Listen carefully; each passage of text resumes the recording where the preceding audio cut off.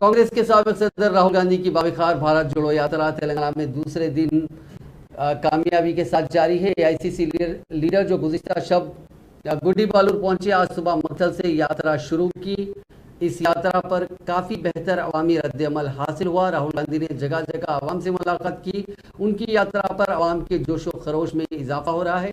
यात्रा के मौके पर वो किसानों और मजदूरों से भी मुलाकात कर रहे हैं।